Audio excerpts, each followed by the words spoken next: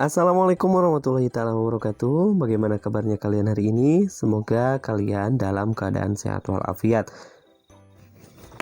Nah, dalam pertemuan kita hari ini, supaya lebih memahami lagi materi mata pelajaran PPKN SMA kelas 10 bab pertama tentang nilai-nilai Pancasila dalam kerangka praktik penyelenggaraan pemerintahan negara, mari kita latihan soalnya ya, supaya lebih paham lagi, memperdalam lagi di materi bab pertama ini. Baik, langsung saja pada soal yang pertama.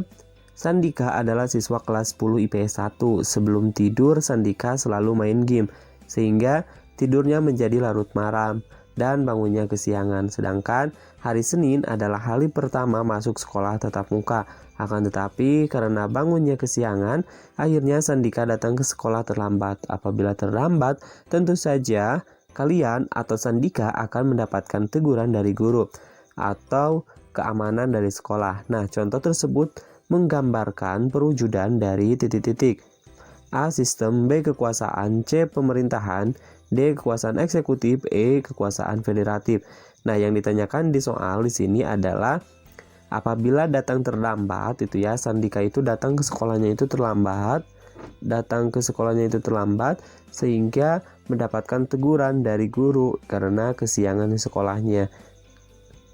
Nah, itu merupakan contoh menggambarkan perwujudan dari jawabannya. Kira-kira yang tepat adalah jawaban yang tepat adalah tentang kekuasaan. Kenapa kekuasaan?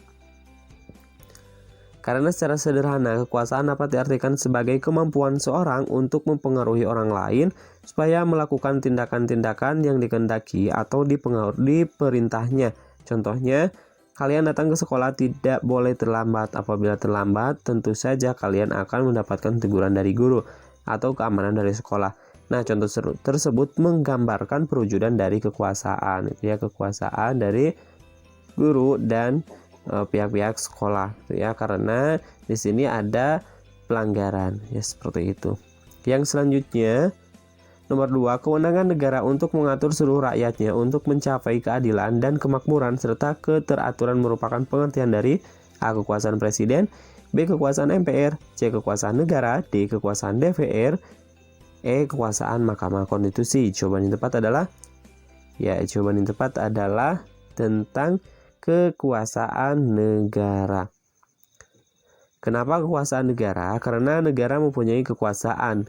Karena pada dasarnya negara mempunyai organisasi atau merupakan organisasi kekuasaan, ya. Jadi negara merupakan organisasi kekuasaan. Dengan kata lain, negara memiliki banyak sekali kekuasaan. Kekuasaan negara merupakan kewenangan negara untuk mengatur seluruh rakyatnya untuk mencapai keadilan dan kemakmuran serta keteraturan.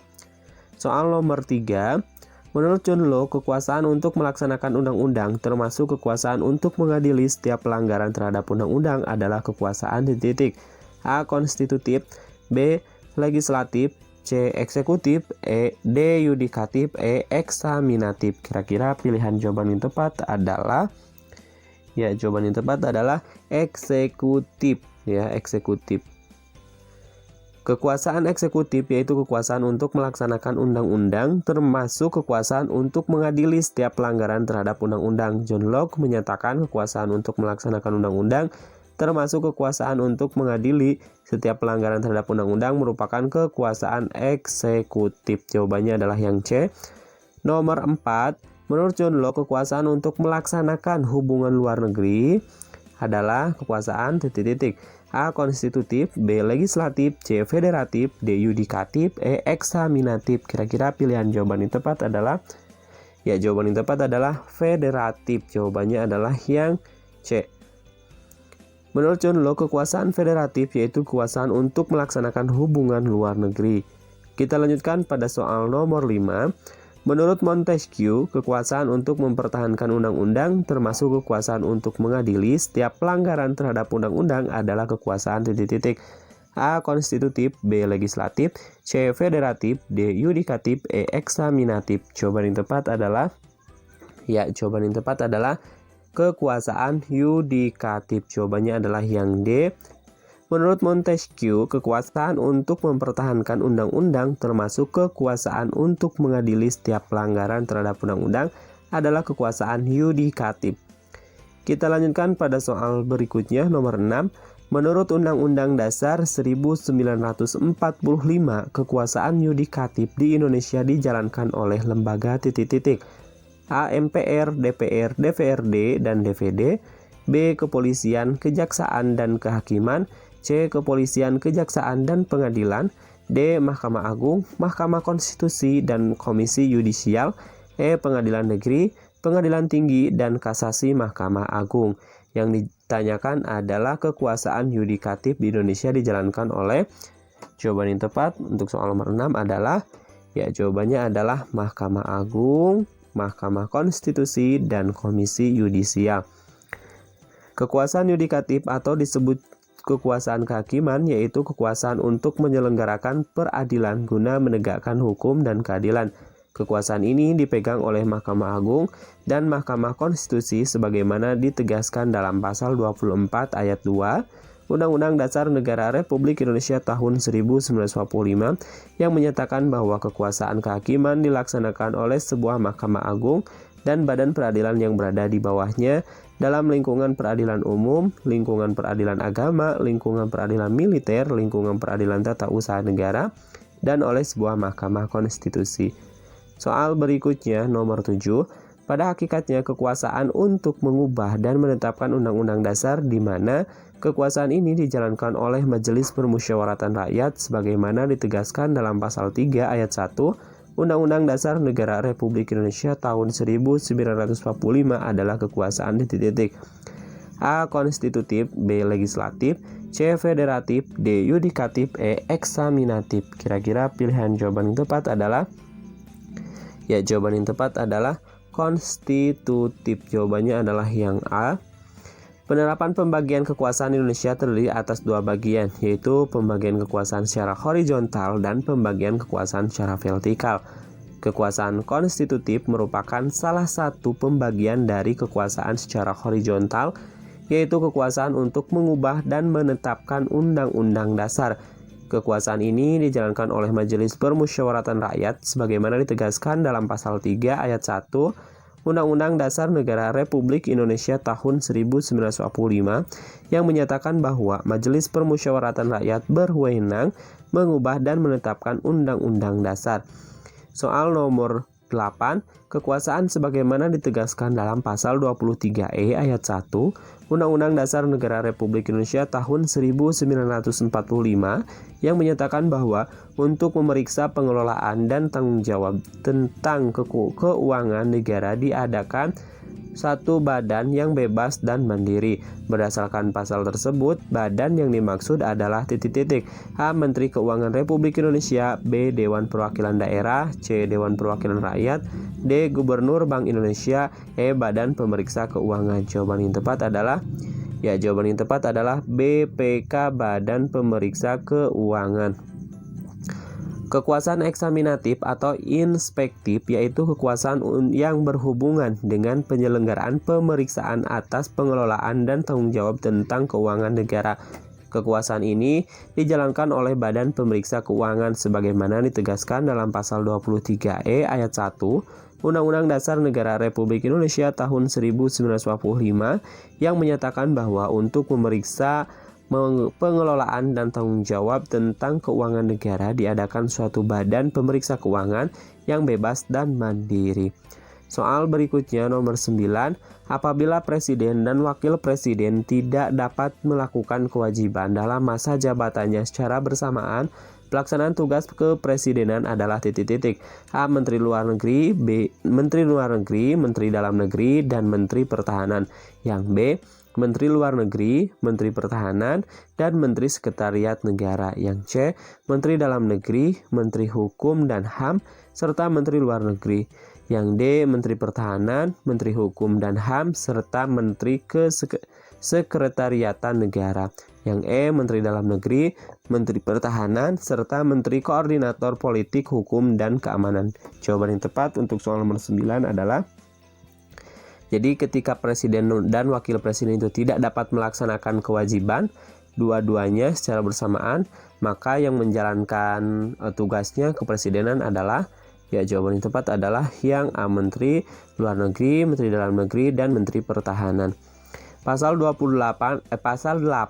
bukan pasal 28, tapi pasal 8 ayat 3 Undang-Undang Dasar Negara Republik Indonesia tahun 1945, jika presiden dan wakil presiden mangkat, diberhentikan atau tidak dapat melakukan kewajibannya dalam masa jabatannya secara bersamaan, pelaksana tugas kepresidenan adalah Menteri Luar Negeri, Menteri Dalam Negeri, dan Menteri Pertahanan dan Keamanan secara bersama-sama. Soal berikutnya, kegiatan yang menunjukkan kewenangan presiden sebagai kepala negara adalah titik-titik. A. Memberi amnesti dan abolisi dengan memperhatikan pertimbangan DPR. B. Membahas rancangan undang-undang APBN. C. Membuat laporan pertanggungjawaban penggunaan APBN. D. Memberi pengampunan hukuman kepada terpidana kasus narkoba. E. Menetapkan peraturan pemerintah pengganti undang-undang. Nah, jadi presiden itu sebagai kepala negara sekaligus sebagai kepala pemerintahan. Nah, tugasnya atau kegiatan yang menunjukkan kewenangan presiden sebagai kepala negara adalah, ya jawaban yang tepat adalah yang A, itu memberi amnesti dan abolisi dengan memperhatikan pertimbangan DPR. Kewenangan presiden sebagai kepala negara yang pertama yaitu memegang kekuasaan tertinggi atas Angkatan Darat, Angkatan Laut, dan Angkatan Udara, ada di pasal 10 Undang-Undang Dasar 1945. Yang kedua, menyatakan perang, membuat perdamaian dan perjanjian dengan negara lain dengan persetujuan DPR, terdapat di pasal 11 ayat 1. Yang ketiga itu membuat perjanjian internasional lainnya dengan persetujuan DPR, ada di pasal 11 ayat 2. Yang keempat, menyatakan keadaan bahaya, pasal 12. Yang kelima, mengangkat duta dan konsul. Dalam mengangkat duta, presiden memperhatikan pertimbangan DPR, terdapat di pasal 13 ayat 1 dan 2. Yang keenam, menerima penempatan duta negara lain dengan memperhatikan pertimbangan DPR, pasal 13 ayat 3. Yang selanjutnya, yang ketujuh, memberi gerasi, rehabilitasi, dan memperhatikan pertimbangan Mahkamah Agung, pasal 14 ayat 1. Yang selanjutnya itu memberi amnesti dan abolisi dengan memperhatikan pertimbangan DPR, terdapat di pasal 14 ayat 2. Yang terakhir yaitu memberi gelar, tanda jasa, dan lain-lain tanda kehormatan yang diatur dengan Undang-Undang pasal 15A. Nah, itu adalah kewenangan presiden sebagai kepala negara. Soal berikutnya, nomor 11, perhatikan fungsi kementerian negara berikut ini. Nah, dari data tersebut yang termasuk fungsi kementerian koordinator ditandai oleh nomor. Yang pertama adalah melaksanakan penelitian dan pengembangan di bidang pemerintahan dalam negeri. Yang kedua, pelaksanaan kegiatan teknis dari pusat sampai ke daerah di seluruh Indonesia. Yang ketiga, melaksanakan koordinasi, melaksanakan kebijaksanaan dan program yang telah ditetapkan di bidang tertentu yang menjadi tanggung jawabnya.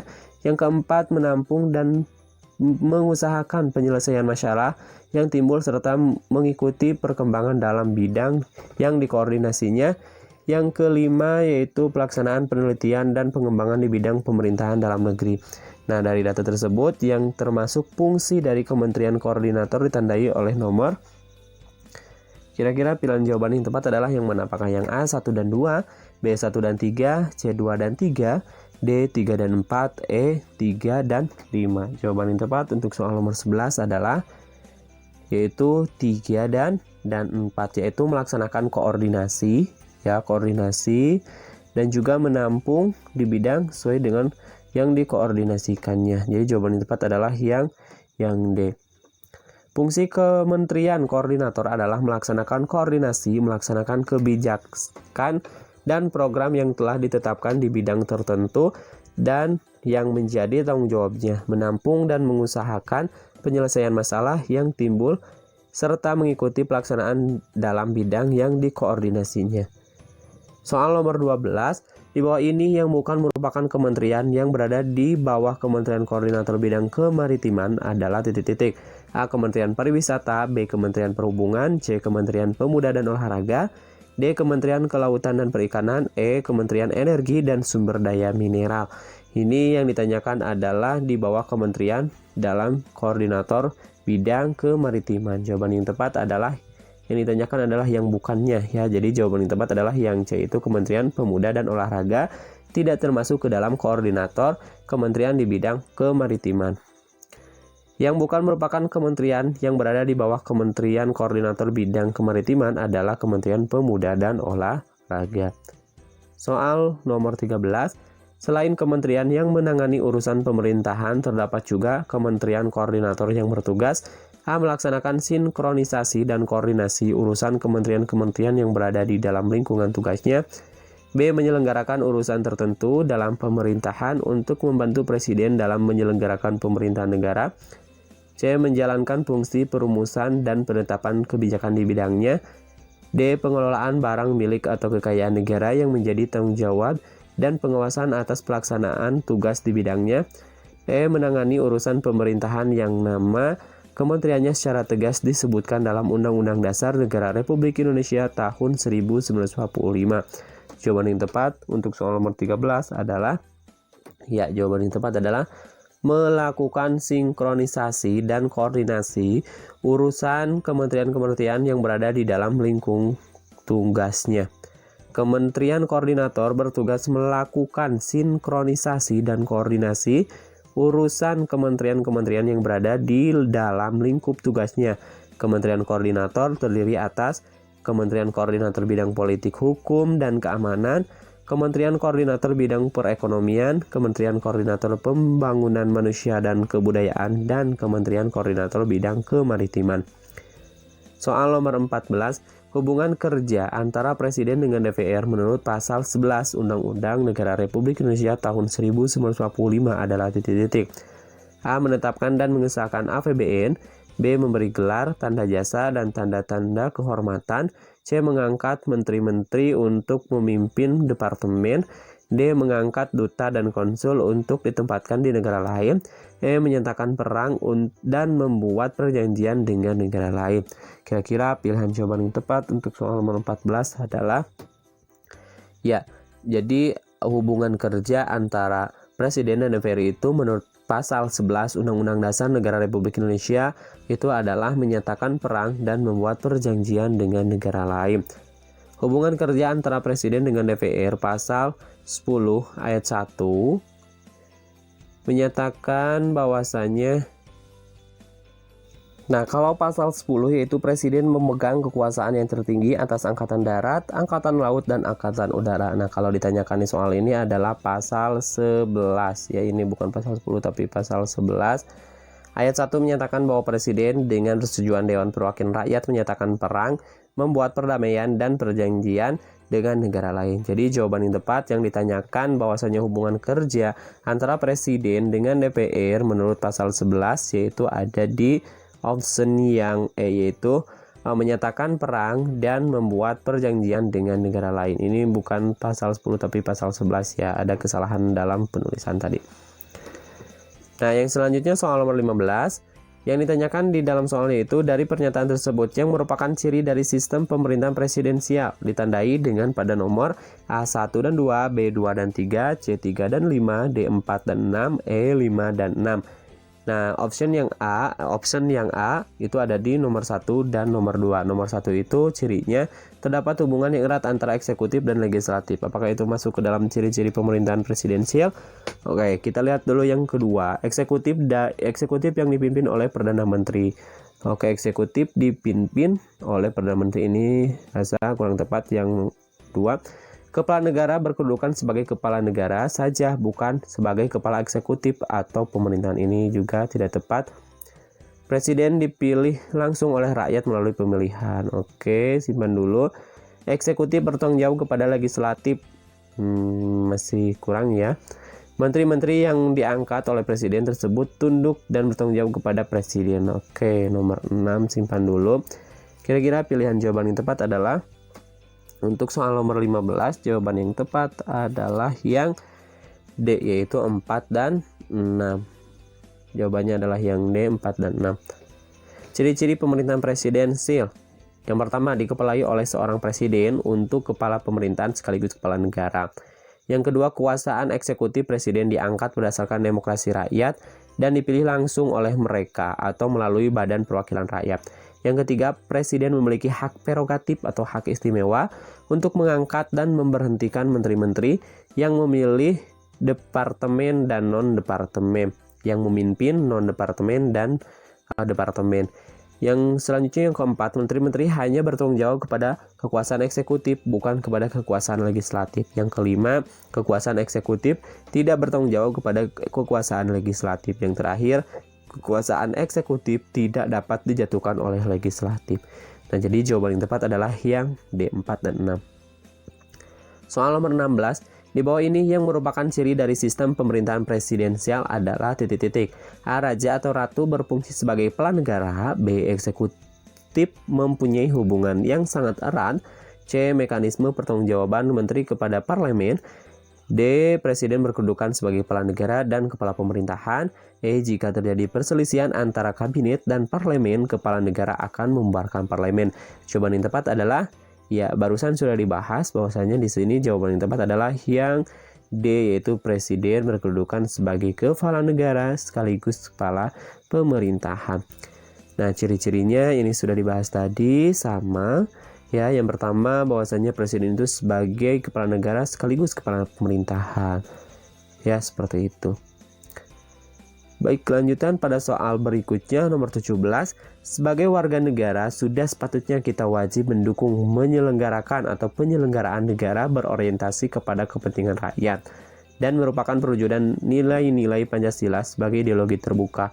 Bersikap positif terhadap Pancasila sebagai ideologi terbuka adalah kecuali titik-titik. Nah, di sini adalah sikap positif terhadap Pancasila sebagai ideologi terbuka, ini yang ditanyakan adalah yang kecualinya. A. Menyaring budaya-budaya asing yang masuk baik secara langsung maupun tidak langsung. Oke. Yang B. Bersikap terbuka terhadap perubahan yang berdampak pada kemakmuran bangsa. Yang C. Mengembangkan prinsip toleransi, bekerja sama, dan kekeluargaan dalam setiap kehidupan. Oke, itu sikapnya positif, bagus. Yang D. Mengembangkan kehidupan demokrasi yang disesuaikan dengan kebutuhan bangsa dewasa ini. Oke, yang E. Menyerap semua nilai-nilai yang masuk demi kemajuan bangsa pada era globalisasi saat ini. Kira-kira pilihan jawaban yang tepat adalah, jawaban yang tepat adalah kecualinya adalah kalau yang A positif, menyaring. Jadi setiap budaya yang masuk baik secara langsung maupun tidak langsung itu disaring. Ya, disaring itu artinya dipilih dan memilah mana yang baik dan mana yang buruk. Oke, yang A betul. Yang B. Bersikap terbuka terhadap perubahan yang berdampak pada kemakmuran. Oke, yang berdampak pada kemakmuran. Oke, betul. Yang B. Yang C. Mengembangkan sikap prinsip toleransi. Oke, betul. Yang D. Mengembangkan kehidupan demokrasi. Oke, berarti kecualinya adalah yang E. Menyerap semua nilai-nilai yang masuk demi kemajuan bangsa pada era globalisasi saat ini. Nah, maksud dari kenapa di sini bisa kecuali, karena menyerap semua nilai di sini, ya, menyerap semua nilai-nilai di sini tanpa disaring. Nah, kalau yang A itu ada penyaringan, ya, penyaringan budaya yang masuk. Nah, kalau ini diserap semua nilai, ya, baik dari kemajuan bangsa pada era globalisasi ini, ya. Nah, jawaban yang tepat adalah yang E. Ini sudah cukup jelas dalam pembahasan soalnya. Soal nomor 18. Nah, berdasarkan data di atas yang merupakan implementasi dari nilai-nilai kerakyatan, terdapat pada nomor ini yang ditanyakan adalah nilai kerakyatan. Kalau nilai kerakyatan itu ada di sila Pancasila sila keempat. Nah, kira-kira yang mana yang ada sangkut pautnya dengan nilai kerakyatan? Yang pertama adalah cinta akan kemajuan dan pembangunan. Oke, masih kurang tepat, ya.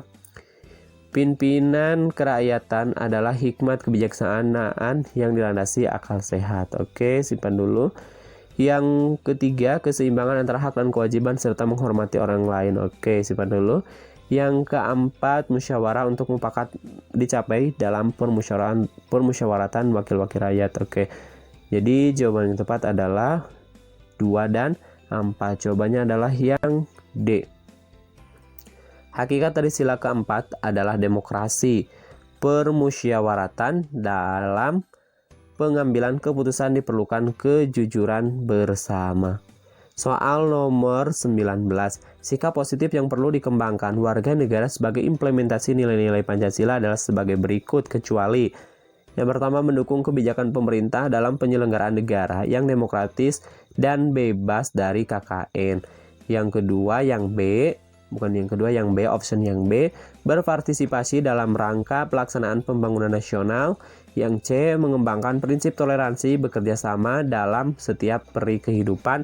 Yang D, memajukan kesejahteraan umum serta mencerdaskan kehidupan bangsa. Yang E, bersikap terbuka terhadap perubahan yang berdampak pada kemaslahatan bangsa. Nah, di sini bersikap terbuka terhadap perubahan, ya, perubahan dampak pada kemaslahatan bangsa. Nah, kalau untuk demi kemaslahatan bangsa, maka kita harus bersikap terbuka. Oke, ini masuk ya, berarti sikapnya adalah sikap positif. Nah, sebetulnya ini semuanya itu hampir mirip-mirip jawabannya. Nah, kalau yang A ini positif, ya, positif karena mendukung kebijakan pemerintah. Apapun kebijakan pemerintah selagi kebijakan itu adalah yang terbaik, ya, demi terwujudnya negara yang demokratis, lalu bebas dari namanya KKN, korupsi, kolusi, dan nepotisme. Yang B, berpartisipasi dalam rangka pelaksanaan pembangunan nasional. Oke, ini bagus juga yang B, positif. Yang C, mengembangkan toleransi, prinsip toleransi. Oke. Nah, kalau yang D, mengajukan kesejahteraan umum serta mencerdaskan kehidupan bangsa, itu lebih kepada cita-cita bangsa kita. Salah satunya adalah memajukan kesejahteraan umum serta mencerdaskan kehidupan bangsa. Nah, sedangkan yang ditanyakan di soal itu adalah sikap positif yang perlu dikembangkan warga negara sebagai implementasi, ya, dari nilai-nilai Pancasila. Berikut kecuali adalah yang D, karena yang D itu merupakan salah satu dari cita-cita bangsa kita.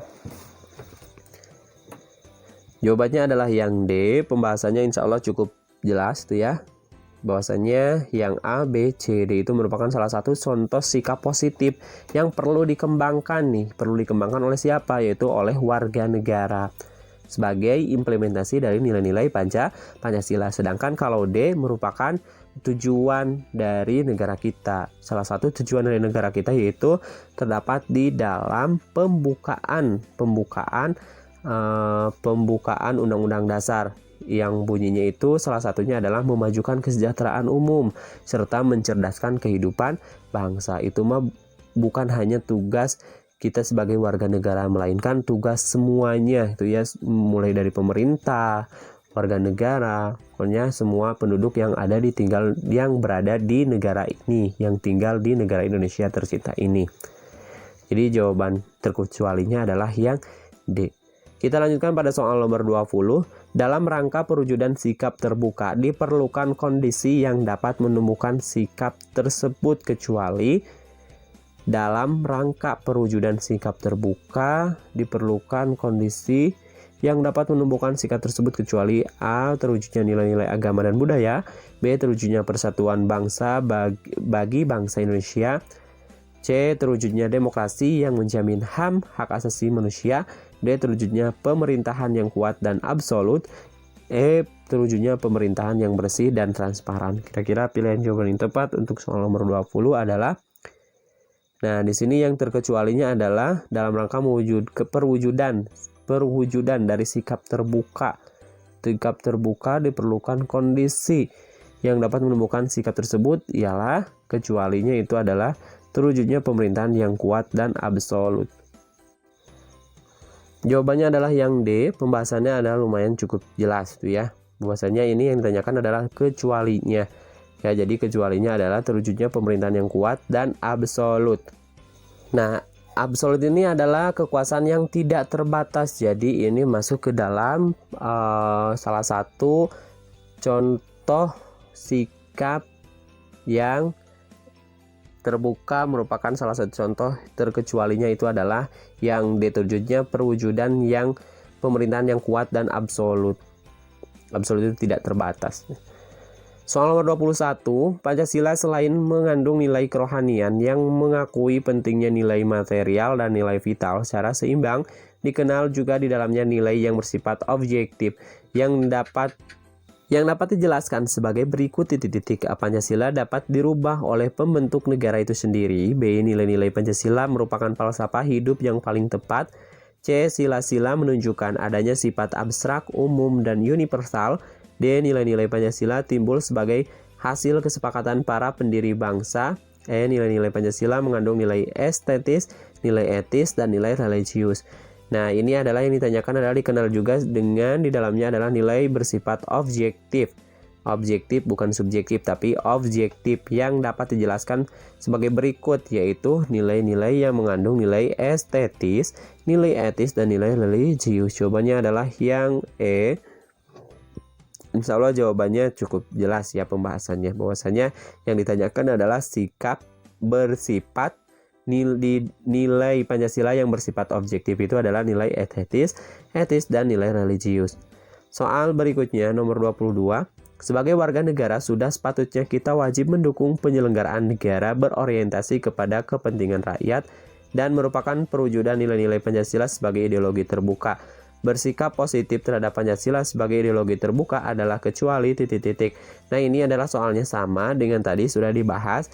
Jawaban yang tepat adalah yang E, karena ini sudah dibahas tadi pada soal yang sama. Jadi jawaban yang tepat adalah yang E, lumayan cukup jelas ya.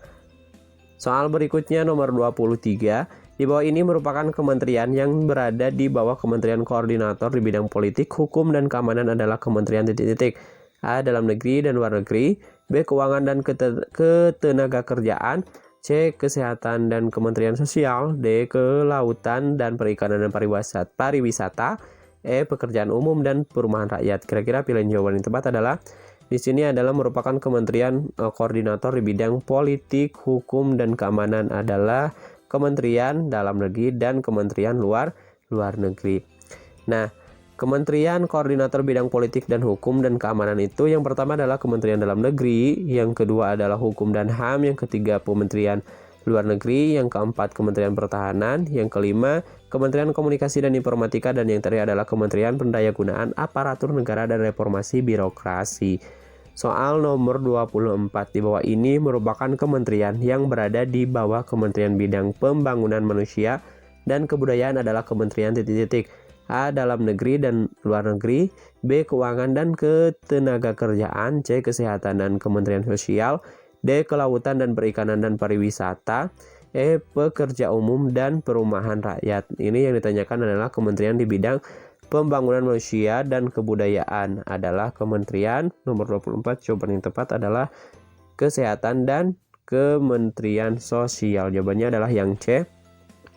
Kementerian Koordinator Bidang Pembangunan Manusia dan Kebudayaan. Yang pertama adalah Kementerian Agama, yang kedua Kementerian Pendidikan dan Kebudayaan, yang ketiga Kementerian Riset, Teknologi dan Pendidikan Tinggi, yang keempat Kementerian Kesehatan, Sosial, Kementerian Desa, Pembangunan Daerah Tertinggal dan Transmigrasi, yang selanjutnya adalah Kementerian Pemberdayaan Perempuan dan Perlindungan Anak, dan yang terakhir adalah Kementerian Pemuda dan Olahraga.